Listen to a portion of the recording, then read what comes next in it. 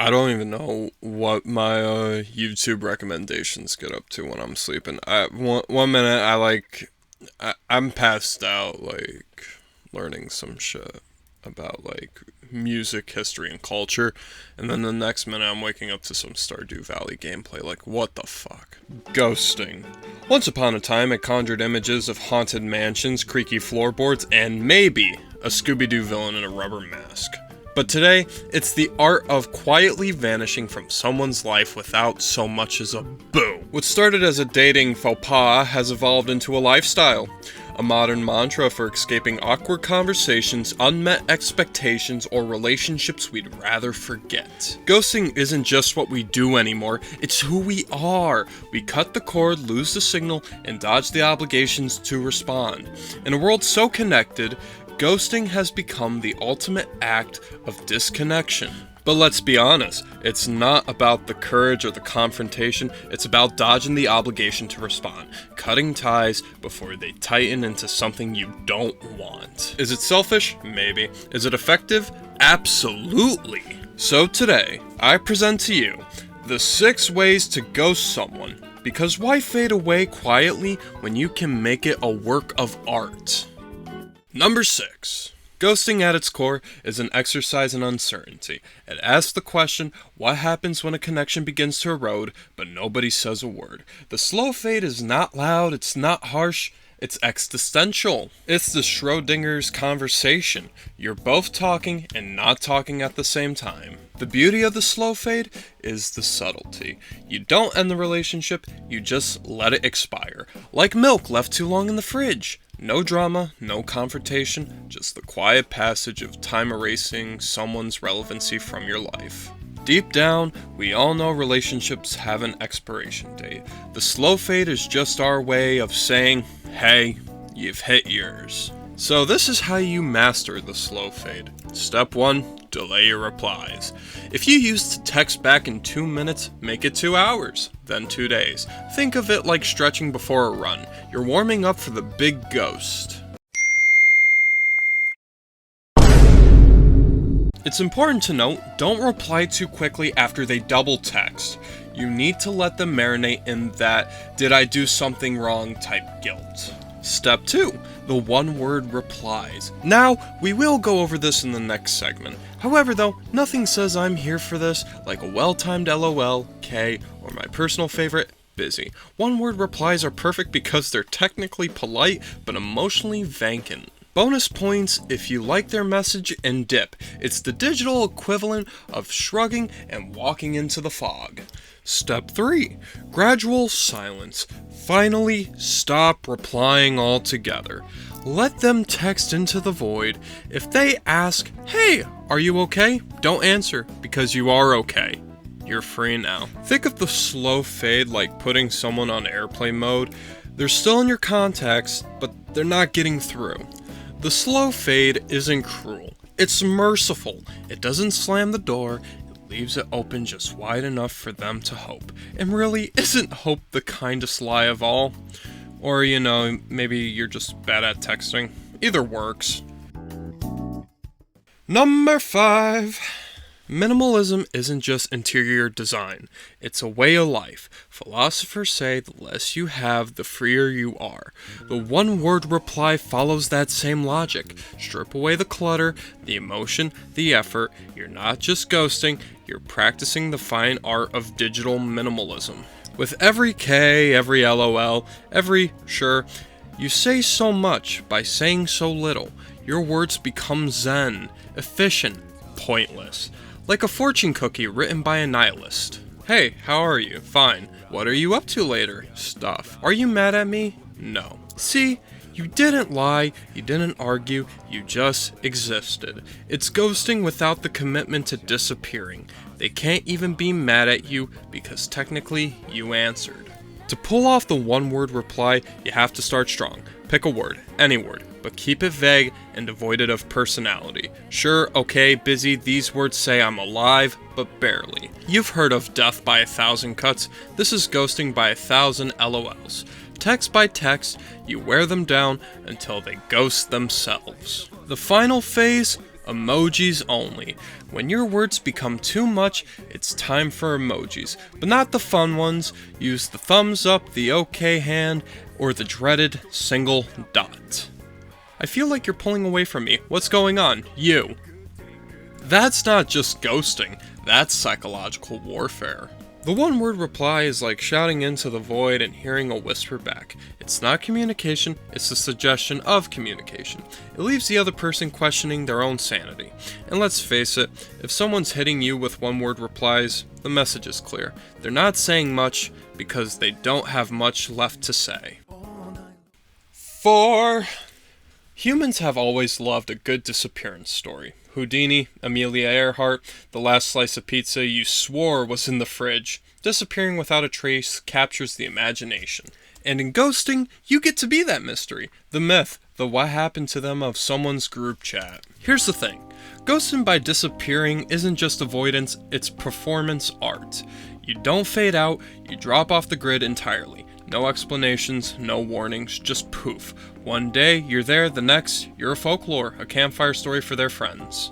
If you do it right, people won't be mad, they'll be worried. And being worried about you is just frustration dressed up as care. Once again, I'll tell you how to pull it off. Step 1, deactivate everything. Start with social media. Instagram, gone. TikTok, bye. Leave your LinkedIn up though. Keep them guessing. Nothing spookier than someone who vanishes, but still endorses people for their teamwork skills. Step 2. Leave no digital crumbs. Turn off read receipts, stop liking posts. If you're in a group chat, exit silently at 3 a.m. People will wake up like, did they leave or did they get abducted? And finally, establish the mystery. For full effect, post one cryptic status before vanishing. Something like, it's time, or I need to find myself, or my personal favorite, the lantern's out, but the path is clear. They'll have no idea what it means, but they'll definitely be talking about it. This isn't about leaving quietly, it's about leaving a question. It's the ultimate mic drop. You exit the stage without an applause, without an encore, and somewhere, someone's still looking at their phone like, what did I do? And that, my friends, is power. 3. Sometimes ghosting feels too pedestrian.